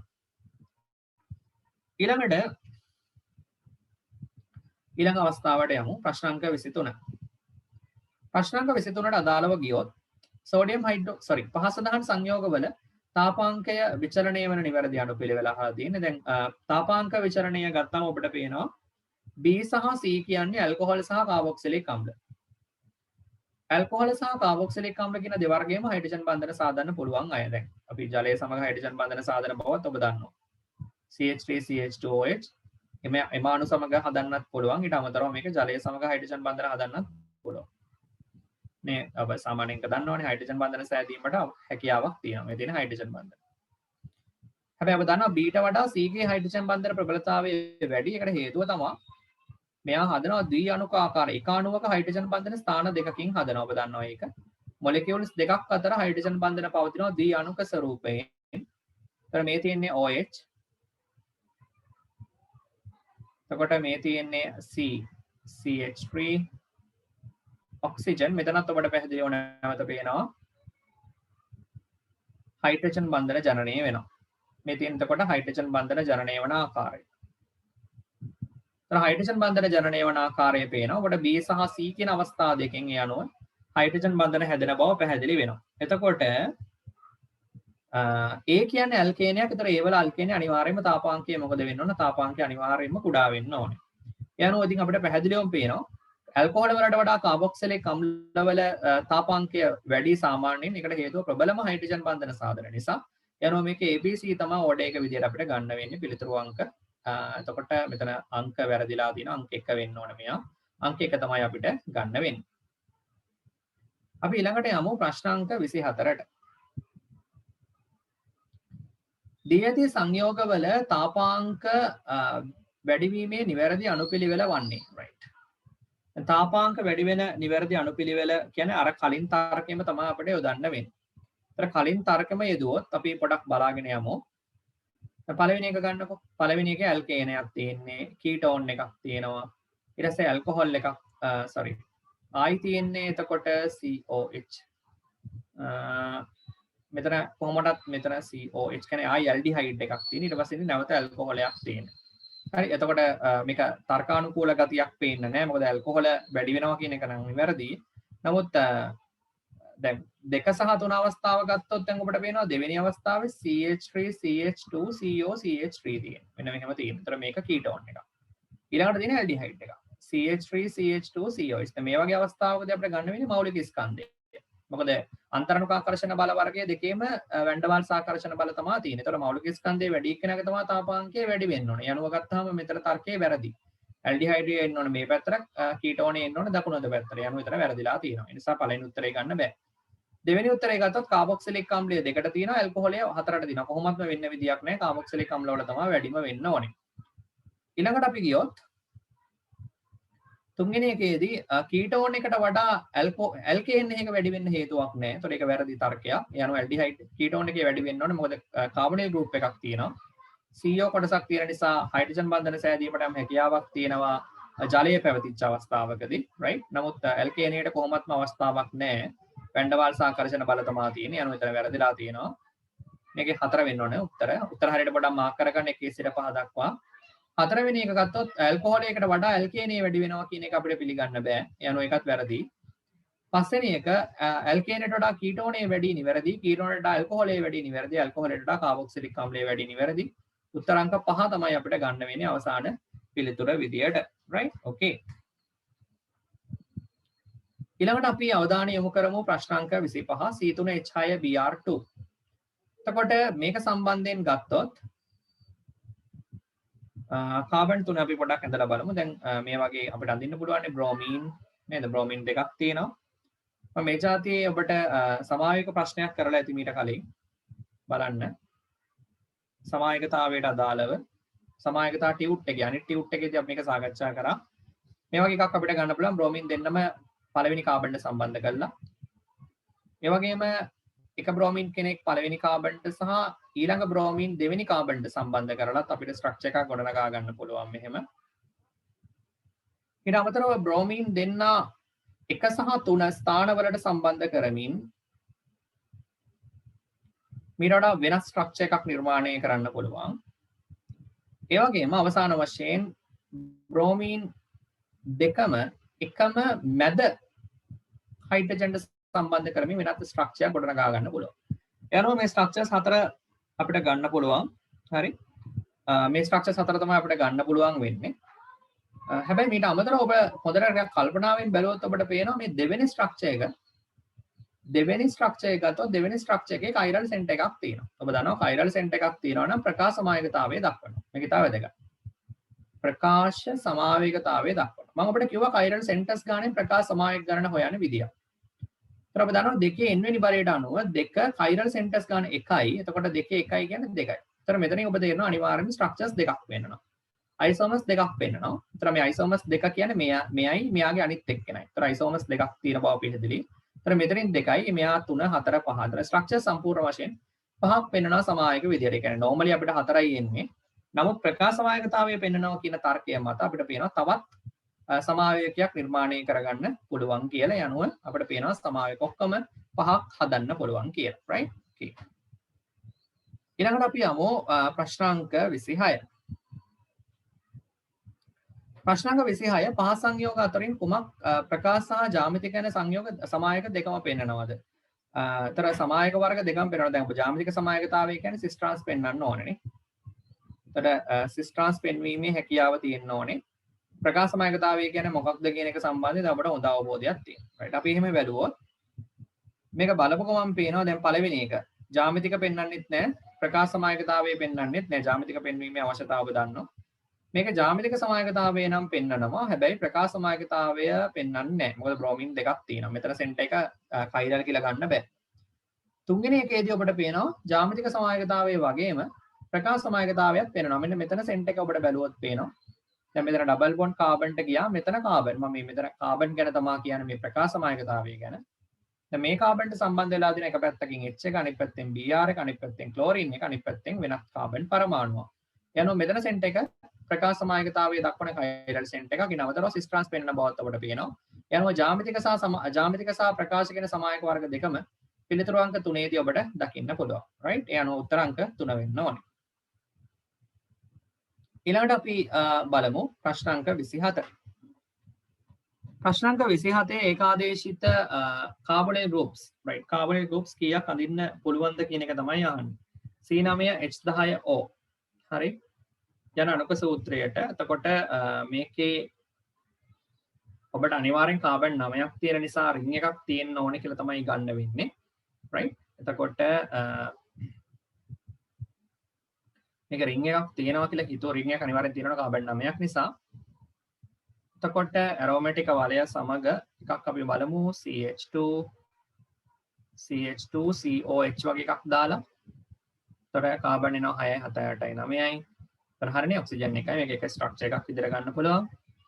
ඒ වගේම අපි මේක ගමු මේක අනිවාර්යෙන් කාබොනිල් ගෲප් එකක් තියෙන්න ඕනේ කියලා ඒගොල්ලෝ කියනවනේ. CH2 COCH3 වගේ එකක් ගන්න පුළුවන්. කාබන් 3යි පිටින් එන්න ඕනේ. හරිනේ කීටෝන් එකක් අඳින්න පුළුවන්. ඊට අමතරව අපිට රින් එකටම ගහන්න පුළුවන් කාබොනිල් ගෲප් එක මෙහෙම. එතකොට CH2 CH3 නොහොම එනවා C double bond O CH2 CH3 කියලා. හරි නේද? right. එතන මෙතන අවස්ථා තුනක් අපිට ලැබිලා තියෙනවා. ඊළඟට අපි යමු ප්‍රශ්නාංක 28. ප්‍රශ්නාංක 28ට ගියොත් පුතේ බෙන්සිල් ක්ලෝරයිඩ් A හා B ප්‍රතිකාරක සමග ප්‍රතික්‍රියා කර ලැබෙන නිර්ජලීය සිංක් ක්ලෝරයිඩ් සාන්ද්‍රණය ප්‍රතික්‍රියා කරන ෂණික ආවිල්‍යතාවයක් ලැබෙන A හා B විය හැකියි. හරි මේක අපි ප්‍රතිඵල පොඩ්ඩක් බලන්න වෙනවා.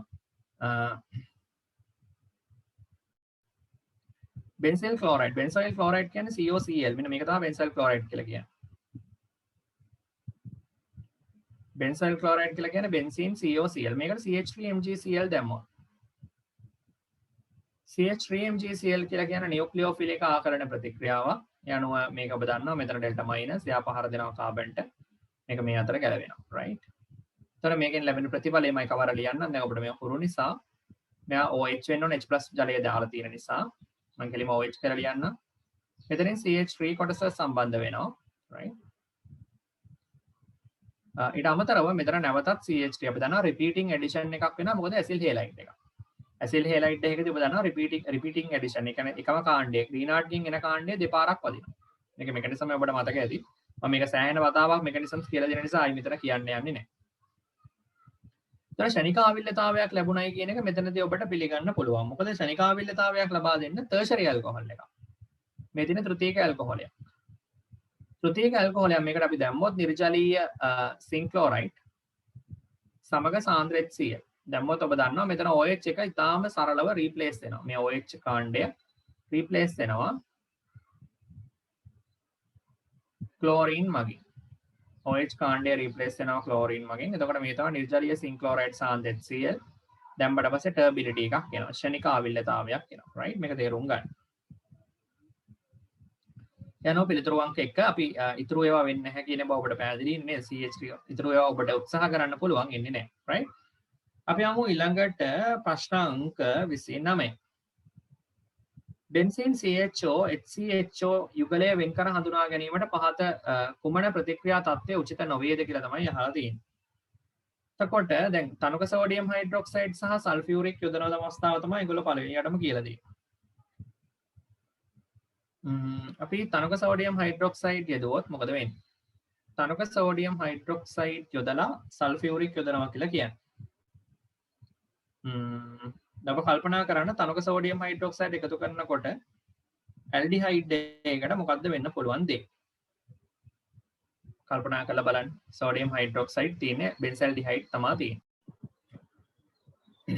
සෝඩියම් හයිඩ්‍රොක්සයිඩ් සහ සල්ෆියුරික් සම්බන්ධයෙන් ඔක්සීකරණ ප්‍රතික්‍රියාවක් සිද්ධ වෙලා මේ දෙක අඳුර ගන්න පුළුවන් කාබොක්සිලික් අම්ලය සහ ෆෝමල්ඩිහයිඩ් මගින්. නමුත් ඒක ඔබගේ විෂය නිර්දේශය නැති නිසා මම මේක පොඩ්ඩක් සාකච්ඡා නොකර ඉන්නම් මේ වෙලාවේ. H+KMnO පොඩ්ඩක් අපි කතා කරමු මුලින්ම. H+KMnO වලින් ඔබ දන්නවා මෙතන තියෙන බෙන්සල්ඩිහයිඩ්. බෙන්සල්ඩිහයිඩ් එක ඔබ දන්නවා කාබොක්සිලික් වෙනවා. මෙයා COOH වෙනවා. මේක සුදු පාට අවක්ෂේපයක්. ඒ වගේම ෆෝමල්ඩිහයිඩ් මෙයක් HCOOH වෙනවා. හැබැයි මේක සුදු පාට අවක්ෂේපයක් නෙමෙයි. බෙන්සොයික් අම්ලය තමයි සුදු පාට අවක්ෂේපය යනුව වෙන් කර හඳුනා ගන්න පුළුවන්. ෆේරින් ද්‍රාවණය ඔබ දන්නවා ෆේරින් ද්‍රාවණය කියන්නේ ඇල්ඩිහයිඩ් හඳුනා ගැනීම සඳහා අපිට පාවිච්චි කරන්න පුළුවන් එකක්. එතකොට ෆේරින් ද්‍රාවණයේ තියෙන විශේෂත්වය තමයි වේලින් ද්‍රාවණය අපි දන්නවා ඇරිල් ඇල්ඩිහයිඩ් සඳහා. ඇරිල් ඇල්ඩිහයිඩ් උත්තර දෙන්නේ නැහැ. ඔබට මතක ඇති මම කිව්වා ෆේරින් ද්‍රාවණය ඇරිල් ඇල්ඩිහයිඩ් උත්තර දෙන්නේ නැහැ. නමුත් සාමාන්‍ය ඇලිෆැටික් ඇල්ඩිහයිඩ් සඳහා පිළිතුරු ලබා දෙනවා කියලා යනුව ෆේලින් ද්‍රාවණිනුත් මේ දෙක වෙන් කර හඳුනා ගන්න පුළුවන්. CH3MgCl ඊළඟට ලූකස් දාලා දින අපි දැන් බැලුවොත් මෙතනදී මෙයා ඉන්නේ COH right මෙතනින් CH3 කොටස සම්බන්ධ වෙනවා. එතකොට ඔක තමයි වෙන්නේ. එතකොට මේකට නිර්ජලීය සිංක් ක්ලෝරයිඩ් සාන්ද්‍ර HCl දානවා කියලා කියන්නේ මෙතනදී වෙන්නේ මෙයා OH H CH3. එතකොට මෙතනදී ඔබට පේනවා මෙතන ලැබෙන ද්විතීයික ඇල්කොහොලයක් මෙතන ලැබිලා තියෙන්නේ ප්‍රාථමික ඇල්කොහොලයක්. නිර්ජලීය සිංක් ක්ලෝරයිඩ් සාන්ද්‍ර HCl යදුවාම ඔබ දන්නවා ලූකස් පරීක්ෂණය තමයි සිද්ධ වෙන්නේ. ලූකස් පරීක්ෂාවේදී අපිට ඇල්කොහොල වෙන් කර හඳුනා ගැනීමට හැකියාව තියෙනවා. ඒතර ප්‍රාථමික ඇල්කොහොල සාමාන්‍යයෙන් පිළිතුරක් ලබා දෙන්නේ නැහැ. හැබැයි ද්විතීයික ඇල්කොහොල විනාඩි 5-10ක් අතරදී සුදු පාට අවක්ෂේපයක් ලබා දීමක් සිද්ධ වෙනවා. එහෙම ගත්තාම අපිට පැහැදිලි එකක් වෙන් කර හඳුනා ගන්න පුළුවන්. මේ තියන්නේ එතකොට ටොලරන්ස් ප්‍රතිකාරකය සිලිනයිට්‍රේට් ඇමෝනියා. ටොලරන්ස් ප්‍රතිකාරකයෙන් හඳුනා ගන්න බෑ. මොකද ඒකට හේතුව ඔබ දන්නවා ඇලිෆැටික් ඇල්ඩිහයිඩ් වගේම ඇරිල් ඇල්ඩිහයිඩ් කියන දෙකොට්ටාශයටම මෙයා මොකක් ලබා දෙනවද? රිදී කැඩපත ලබා දෙනවා. රිදී කැඩපත ලබා දෙන නිසා සිල්ලමිරේ එකක් ලබා දෙන නිසා ඇත්තරම් මේක වෙන් කර හඳුනා ගැනීම ගැටලු සහගතයි සිලිනයිට්‍රේට් ඇමෝනියා මිශ්‍රණයක. right? තනක සෝඩියම් හයිඩ්‍රොක්සයිඩ් සහ සල්ෆියුරික් මිශ්‍රණයෙන් මේ දෙක අඳුර ගන්න පුළුවන්. නමුත් වගේ විශේෂ සාකච්ඡා කරලා නැති නිසා මම ඒක වැඩි පැහැදිලි කරන්න යන්නේ නැහැ මෙතනදී. right? okay. යනවා පිළිතුරු අංක 5. මේක පොඩක් පහ කරගන්න අංක 4 තමයි වැදලා තියෙන්නේ. හරි. දැන් මෙතනින් ඔබට පුතේ සම්පූර්ණ වශයෙන් ඔබගේ කාබනික රසායනය සම්බන්ධ තියෙන MCQ 50කට අදාළ බහුවර්ණ පේපර් එක සහ මේ පරිවර්තන 50 කන්වර්ෂන් 50 ටියුට් එක ඉවරයි. තව ටියුට් එකක් තියෙනවා ඔබට මම මේක දෙන්නම්. ඕගනික් කරලා ඉස්සරහට කරන්න ප්‍රැක්ටිස් කරන්න ඕන නිසා. right? හරි. මම මේක නැවත සාකච්ඡා කරන්නේ නැහැ. එතකොට මේක MCQ ටික විවරණ සහිතව අංග සම්පූර්ණ ඔබට වීඩියෝ මාලාවකින් සාකච්ඡා කරලා ලබා දුන්නා. මේකේ පරිවර්තන 50 ඔබට මොන හරි අතෑරිලා තියෙනවා නම් කරුණාකරලා අතෑරිච්ච ඒවා ටික නැවත කරන්න කරලා මේ ටියුට් එකේ වැඩ කටයුතු ටික මුලින්ම ඉවර කරගන්න. right? ඊට පස්සේ අපි මෙන්න මේකත් සාකච්ඡා කිරීමට ගන්න ඕනේ මෙදින ඉනෝගනික් එක. මේකත් ඔබට මම ලබා දීලා තියෙනවා. ඉනෝගනික් ප්‍රශ්න ටිකක් සාකච්ඡා කරන්න මේකට අදාළ තියරි කොටස් ටික ඔබ විසින් කවර් කරගන්න ඕනේ right okay අපි පොඩ්ඩක් මේකත් චුට්ටක් බලමු right ඉනෝගනික් ටියුට් එකේ පළවෙනි ප්‍රශ්නෙට අදාළව දීලා තියෙන පුතේ capital M කියන්නේ පළමු පෙළ 3D ආන්තරික මූලද්‍රව්‍යයක් මේ මූලද්‍රව්‍යයේ පරමාණු වල යුගල් නොවෝ ඉලෙක්ට්‍රෝන 6ක් බැගින් නැත. එතකොට යුගල් නොවෝ ඉලෙක්ට්‍රෝන 6ක් තියෙන කාටද? ඉතින් බලපුව ගමන් පේනවා. දැන් ඔබ දන්න ස්කැන්ඩියම් ආන්තරික මූලද්‍රව්‍යයක් කියලා තියෙන නිසා අතරම ගන්න වෙන්නේ ස්කැන්ඩියම් මේත් ගන්න ඕන අපිට නවීන දේශීය ආන්තරික මූලද්‍රව්‍යයක් විදියට. දැන් ඔබ දන්නවා අපි ක්‍රෝමියම් වගේ එකක් ගත්තොත් ක්‍රෝමියම්ගේ අපි දන්නවා ඉවර වෙන්නේ ආගන් වින්‍යාසය ඉවර වුණාට පස්සේ මෙයා 24. නමුත් අපි දන්නවා මේකේ ඉලෙක්ට්‍රෝන සැකැස්මක් තියෙනවා. ඒ ඉලෙක්ට්‍රෝන සැකැස්මට අනුව මෙයා S1D5 විදියට තමයි සැකසීලා තියෙන්නේ. ඒතර S1D5 කියන්නේ 3D5 4S1 විදියට ගත්තොත් ඉලෙක්ට්‍රෝන 6ක් තියෙනවා. D කාක්ෂකයේ ගත්තොත් ඉලෙක්ට්‍රෝන 5 බෙදිලා යන්න ඕනේ මේ වගේ තනි ඉලෙක්ට්‍රෝන 5කින්. ඊට අමතරව S1 ඉලෙක්ට්‍රෝනය වෙනම තියෙන්න ඕනේ. අනුව සම්පූර්ණ වශයෙන් ගත්තාම ඉලෙක්ට්‍රෝන 6ක් තමයි පැතිරිලා ගිහිල්ලා තියෙන්නේ. ඒ අනුව අනිවාර්යයෙන්ම යුගල් නොවෝ ඉලෙක්ට්‍රෝන 6ක් තියෙනවා නම් අනිවාර්යයෙන්ම මූලද්‍රව්‍යයක් විදියට ක්‍රෝමියම් වෙන්න ඕනේ. එම්හි සම්පූර්ණ ඉලෙක්ට්‍රෝන වින්‍යාසය ලියන්න කියලා කියන්නේ. එතකොට 1s2 2s2 2p6 3s2 3p6 හරි මේ තියෙන ආගන් වෙනකන් එන එක මෙයා 4s1 වෙන්න ඕනේ. එතකොට මෙයා 3d5 වෙන්න ඕනේ. 3d4 තමයි අපි බලාපොරොත්තු වෙන්නේ. නමුත් අපිට පේනවා අර්ධ ස්ථායි වින්‍යාසයට අනුව D කාක්ෂිකයේ ඉලෙක්ට්‍රෝන 5ක් පිරීම සම්බන්ධයෙන් ගත්තාම S2 ඉලෙක්ට්‍රෝන වලින් එකක් D කාක්ෂිකයේ වෙත ප්‍රදානය කළ යුතුයි. හරි තර්කයේ මත 1s2 2s2 2p6 3s2 3p6 3d5 4s1 වෙන්න ඕනේ. ඊළඟ ප්‍රශ්නයට ගියොත් M3+ අඩංගු ජලීය ද්‍රාවණයක් සෝඩියම් හයිඩ්‍රොක්සයිඩ් H2O2 සමග උණුසුම් කළ විට සිදු කරන ප්‍රතික්‍රියාව සඳහා ත්වරිත රසායනික සමීකරණය ලියන්න. මේක ඉතාම ප්‍රසිද්ධ ප්‍රතික්‍රියාවක්. ඔබ දන්නවා Cr3+ අයන අඩංගු ජලීය ද්‍රාවණයකට භාෂ්මික මාධ්‍යයේ හයිඩ්‍රජන් පෙරොක්සයිඩ් දැම්මම මේක ක්‍රෝමේට් බවට පරිවර්තනය වෙනවා. CrO2 බවට පරිවර්තනය වෙනවා. හරි මේක මම ඔබට පැහැදිලි කරලා තියෙනවා. මේක අපි ක්‍රෝමියම් සම්බන්ධ chart එක පොඩ්ඩක් මතක් කරගන්න. ඔබට මම ක්‍රෝමියම් සම්බන්ධ chart එකක් කියලා දීලා තියෙනවා. මේක මම මුලින්ම ඔබට කිව්වා sodium hydroxide භාෂ්මික මාධ්‍යයේ හයිඩ්‍රජන් පෙරොක්සයිඩ් H2O2 භාවිතා කරෝතින් එහෙම ඔබට ඒක ක්‍රෝමේට් බවට පරිවර්තනය කරගන්න පුළුවන් කියලා කිව්වා. එතකොට ක්‍රෝමේට් කහ පාටයි. හරි. ඊට අමතරව මේක නැවත අපිට හරව ගන්න පුළුවන් සිංක් වගේ උත්ප්‍රේරකයක් දාලා ආම්ලික මාධ්‍යයේ ක්‍රෝමියම් වලට. මේක රිඩොක්ස් ප්‍රතික්‍රියාව තමයි අපි අධ්‍යයනය කරන්න ඕනේ. මේක ඇත්තටම CrH2O6 3+. හරි හෙක්සැක්ක කම්ප්ලෙක්ස් එක විදියට තියෙන ක්‍රෝමියම්ගේ ධන 3 ඔක්සිකරණ අවස්ථාව. හරි මතක ඇති නේද ඔබට? එතකොට මේක ක්‍රෝමියම් ඇත්තටම මූලද්‍රව්‍ය අවස්ථාවේ තියෙනකොට බිඳු ඔක්සිකරණ අවස්ථාවේ තියෙන. නමුත් අපිට මේක ඔබට පැහැදිලි කරලා තියෙනවා. තනුක අම්ලයක් පාවිච්චි කරලා තනුක HCl හරි සල්ෆියුරික් හරි පාවිච්චි කරලා ක්‍රෝමියම් වල ධන 2 ඔක්සිකරණ අවස්ථාවට මෙයා ඔක්සිකරණය කරගන්න පුළුවන්. Cr2+ විදියට ඔබට පුරු නැත්තම් ඒක ලියන්න පුළුවන්. හෙක්සැක්ක කම්ප්ලෙක්ස් එක විදියට CrH2O6 2+ සංකීර්ණයේ විදියට පත් වෙනවා. එතකොට මේක නිල් පාට බව ඔබට මම පැහැදිලිව මතක් කරා. මේවා අපි ක්ලාස් එකේදී ගොඩක් කතා කරපු ඒවා. මේක නිල් පාට සංයෝගයක් බවට පත් වෙනවා. නිල් පාටයි CrH2O6 2+, right? එතන පුතේ මේ 2+ දෙන සංකීර්ණය වාතය හමුවේ ඔක්සිකරණය වෙනවා. ඔබට මතක ඇති වාතය හමුවේ ඔක්සිකරණය වෙනවා ධන 3 ඔක්සිකරණ අවස්ථාවට. එතකොට මේක නැවත ඔබට සිංක් වගේ එකක් පාවිච්චි කරලා ඕනනම් නැවත පල්ලෙහාට ගෙන්න ගන්නත් පුළුවන්. මේක ප්‍රතිවර්ත ප්‍රතික්‍රියාවක් විදියට පල්ලෙහාට ගෙන්න ගන්න පුළුවන් සිංක් ආම්ලික මාධ්‍යයේ ප්‍රතික්‍රියාවක් විදියට. right? ඊට අමතරව ඔබට මතක ඇති මේ ක්‍රෝමේට් කියන සමතුලිතය. මේක සමතුලිත අපි රසායනික සමතුලිතතාවයටත් මේක සාකච්ඡා කරා. ක්‍රෝමේට් අම්ලයක් යදුව ගමන් අපි දන්නවා ක්‍රෝමේට් සමතුලිතයේ ඩයික්‍රෝමේට් බවට පත් වෙනවා Cr2O7 මේක පාට විදියට ගත්තොත් පුතේ මේක තැඹිලි පාටයිනේ. මේක තැඹිලි පාටයි. තැඹිලි පාට සංයෝගයක් ඩයික්‍රෝමේට් කියලා කියන්නේ. ඒතර මේකට OH- යෙදීමෙන් නැවත මේක ඔබට පිටුපස අතර හරවා ගන්න පුළුවන්. right? ඩයික්‍රෝමේට් එක භාෂ්මයක් යොදලා නැවත ක්‍රෝමේට් බවට පරිවර්තනය කරගන්න පුළුවන්. ඔබට මතක ඇති. ඊට අමතරව ධන 3 ඔක්සිකරණ අවස්ථාවේ තිබ්බොත් මම කිව්වා වැඩිපුර ඇමෝනියා යෙදීමෙන් මෙයා CrNH මෙතන ද්‍රව ඇමෝනියා CrNH3 3+ කහ පාට සංකීර්ණයේ බවට පරිවර්තනය කරගන්න පුළුවන්. right? මේක අතරම කහ පාටයි. මේක කහ පාට සංකීර්ණයක්. ක්‍රෝමියම් වල ඇමින් සංකීර්ණය CrNH3 ඊට අමතරව ක්‍රෝමියම් වල ධන 3 ඔක්සිකරණ අවස්ථාවට භාෂ්මයක් යෙදීමෙන් බෂ්මයක් යෙදීමෙන් ඔබ දන්නවා මේක කොළ පාටට තද කොළ පාටට හරව ගන්න පුළුවන්. CROH thrice කියලා ලියන්නත් පුළුවන්. ඕනනම් H2O 3ක් දාන්නත් පුළුවන්.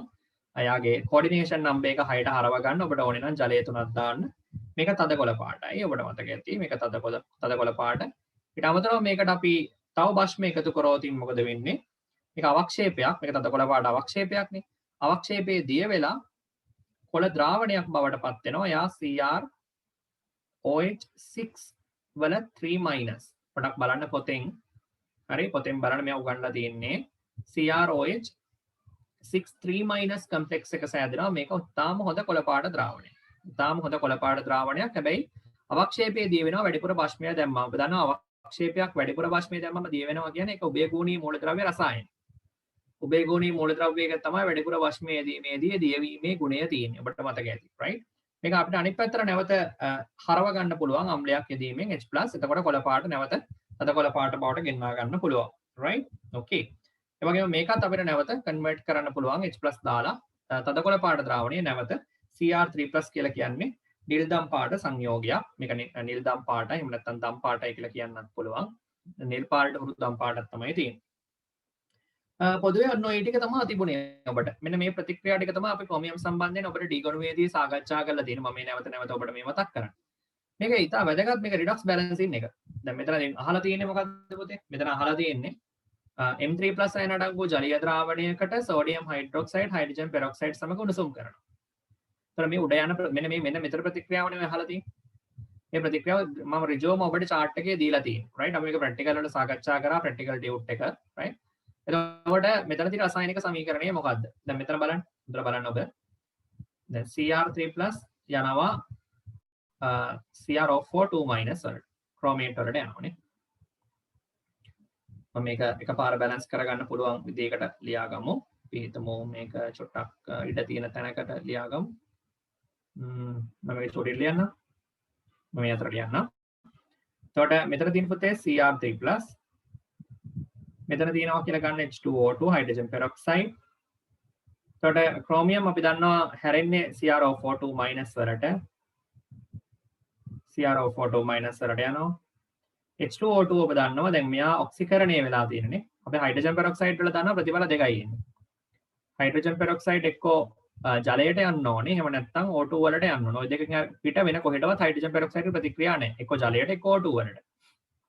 එතකොට ජලයට යනවා කියන්නේ එයා යන්නේ හරණයට. O2 වලට යනවා කියන්නේ බිඳුව කියන කරණය. මෙයා ඍණ දෙකට යනවා කියන්නේ හරණය. මොකද මෙයා ඍණ එකේ ඉන්න නිසා. යනවා දැන් මෙතන ක්‍රෝමියම් ඔබට තේරෙනවා ධන 3 ඉඳන් ධන 6ට ඔක්සිකරණය වෙලා යනවා හයිඩ්‍රජන් පෙරොක්සයිඩ්ට හරණය තමයි වෙන්නේ. යනවා යාට යන්න වෙන්නේ ජලයට. H2O ට තමයි යාට යන්න වෙන්නේ. හොඳට මතක තියාගන්න. එතකොට පුතේ දැන් මෙතන අපි දෙකක් දාගමු. මෙතන අපි දෙන්නම ගත්තොත් එහෙම මෙතන දෙන්නම ඉන්නේ ඍණ දෙකේ. මෙතන දෙන්නම ඉන්නේ ඍණ 4. මොකද එක්කෙනෙක් ඍණ දෙකේ දෙන්නෙක් ඍණ 4 ඉන්නේ. මෙතන දෙන්නම ඉන්නේ ඍණ දෙකේ. ඒක හොඳට තේරුම් ගන්න. යන ඉලෙක්ට්‍රෝන දෙකක වෙනසක් තමයි තියෙන්නේ මෙතන.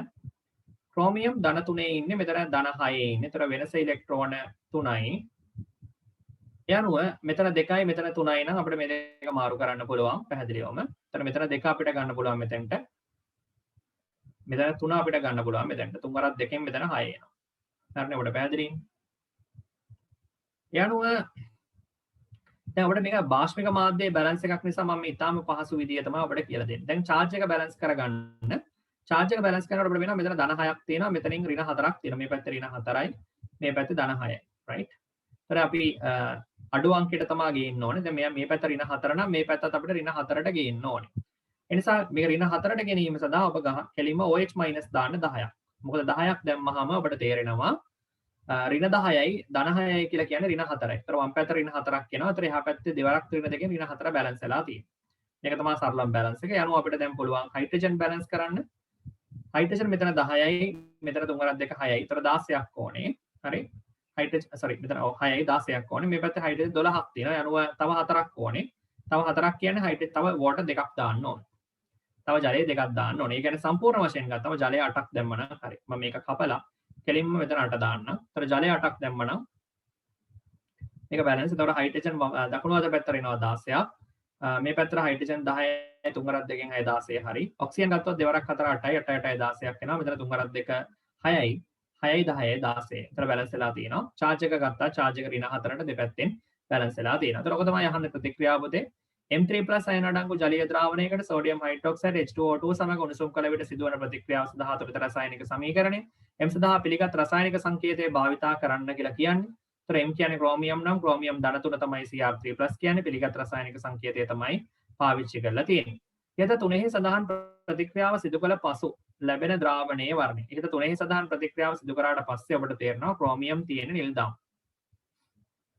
නිල්දම් තිබිච්ච සංයෝගය තමයි මේක ක්‍රෝමේට් හැදෙනකොට ඔබ දන්නවා කහ පාටට හැරෙනවා. මේකම තනිකරම සම්පූර්ණයෙන්ම කහ පාටට හැරෙනවා. හරිද? නිල්දම් මේක කහ පාටට හැරෙනවා මේ රිඩොක්ස් ප්‍රතික්‍රියාව සිද්ධ වුණාට පස්සේ.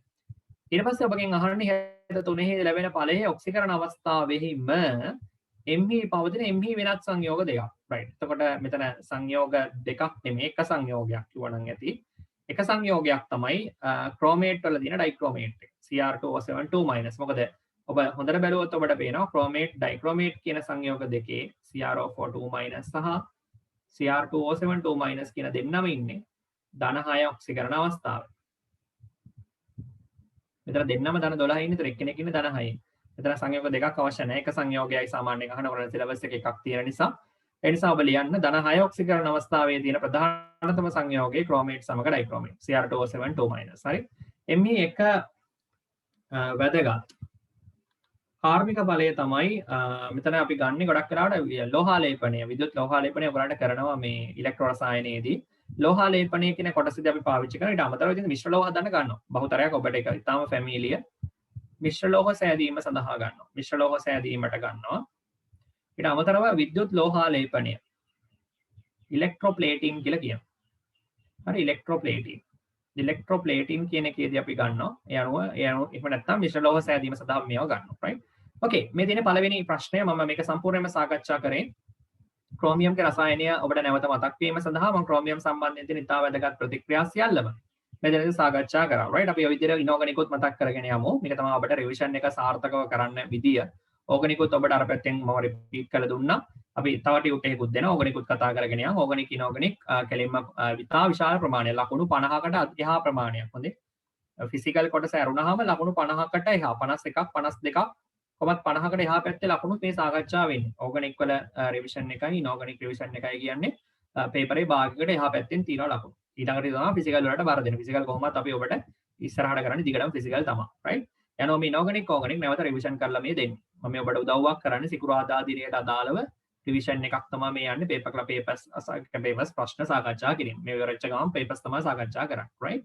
හරි කරුණාකරලා මේකේ ප්‍රශ්න ටික කරන්න හොඳට හොයන්න කරපුවා බලන්න බල රියැක්ෂන්ස් ලියන්න පාඩම් කරගන්න මම ප්‍රශ්න දෙක ගානේ වගේ කරන්න අද මම ඕගනික් සාකච්ඡා කරමු නිසා මේ ප්‍රශ්න නවත්තන්න ඉස්සරහට ප්‍රශ්න දිග සාකච්ඡා කරගෙන යමු ඒ ටික ඔබ කල්පනා කරලා බලලා උත්තර ටික හොයාගන්න මහන්සි වෙන්න